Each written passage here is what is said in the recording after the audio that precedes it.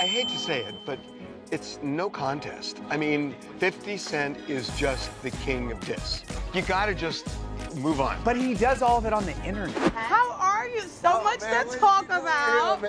So, T.I., we gotta ask. Well, first of all, Tiny, I wanna ask you, if it's okay, what were your first thoughts when you saw your picture on this guy's Instagram? Were you like... That so last week, man, we ain't studying that bro. Well... We got the #1 song in the country, man. Let them know, man. So I have a question. And this is where history begins to echo in a way that almost feels staged.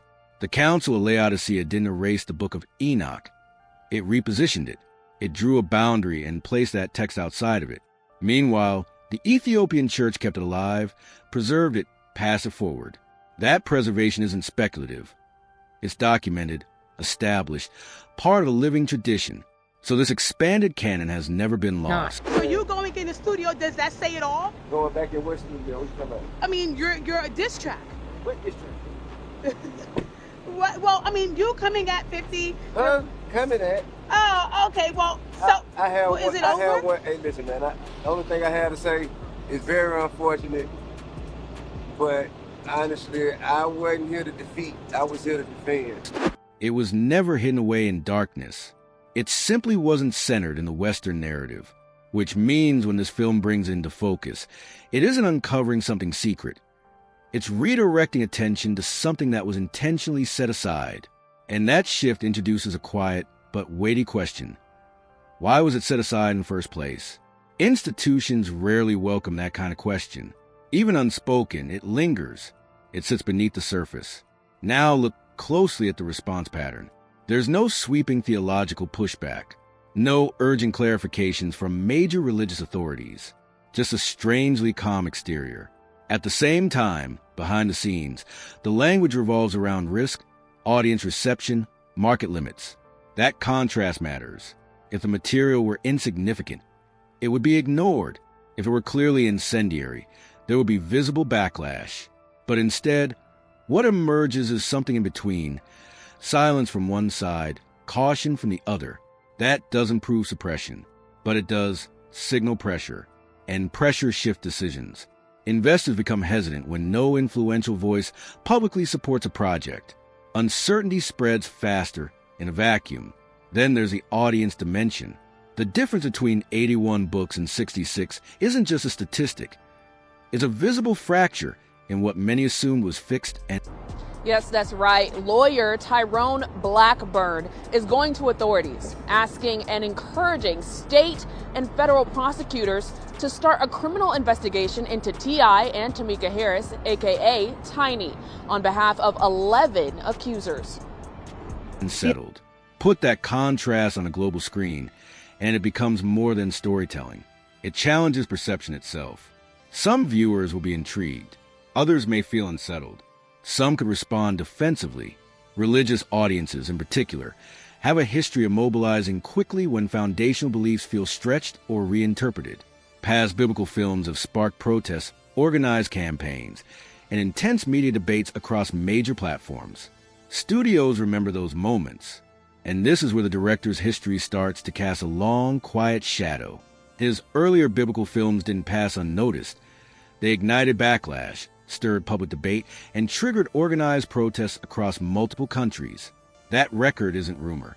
It's documented. So stepping even further into disputed theological ground with this new project doesn't happen in a vacuum. Studios have memory. Executives have seen how quickly religious controversy can escalate. So the hesitation here isn't just theological, it's strategic. It's about exposure. And in this industry, managing exposure often looks like slowing things down. Then there's the digital noise that refuses to stay contained. Online spaces are already filling with speculation, claims about hidden motives, talk of suppression, theories about unseen forces shaping the film's trajectory. There's no verified campaign to bury the project.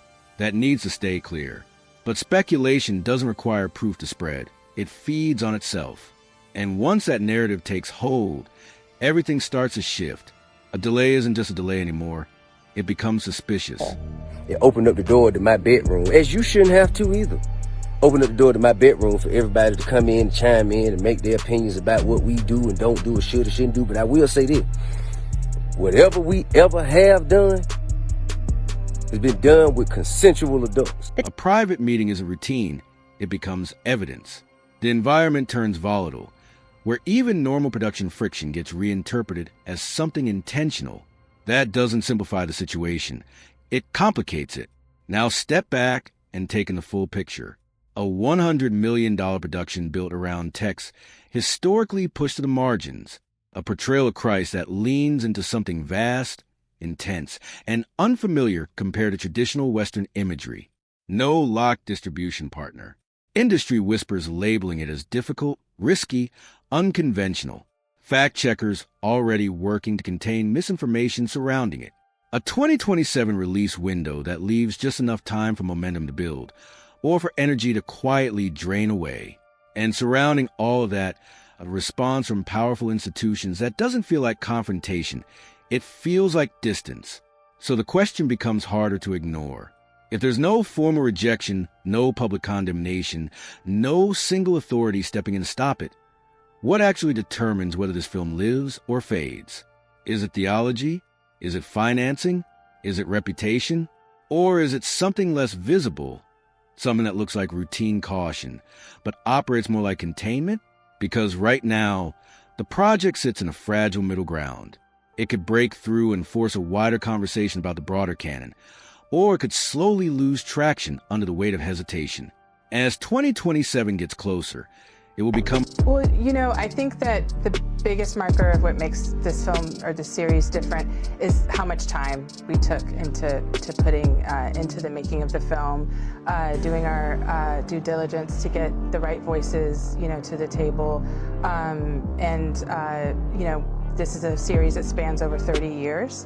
So just by covering that much time, it took a lot of time for us to dig in and to kind of make sense of this story and to put this timeline together. Harder to frame the outcome as coincidence. At this point, the pressure shifts. It's no longer about scripture. It's about survival. This is a stage where projects aren't debated in public.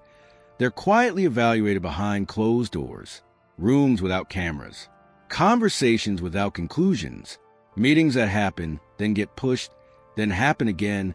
Everything sounds productive, which often means nothing is actually decided. And when that tone lingers around a project that's expensive, it stops feeling like caution. It starts looking like delayed dress and professionalism, because the mechanics don't wait. Productions at this level can't hover indefinitely. Sound stages are booked months ahead. Top-tier crew move on if schedules slip. Actors with leverage don't hold open calendars without firm commitments. And once timelines begin to shift, even slightly, the entire structure starts to loosen. Not all at once, but enough to matter.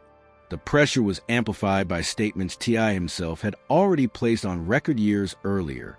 In 2019, during a podcast appearance, he spoke about taking his teenage daughter to a gynecologist to have her hymen checked, framing it as a form of parental responsibility. Tiny later confirmed those visits began when their daughter was around 15 or 16. The reaction was immediate and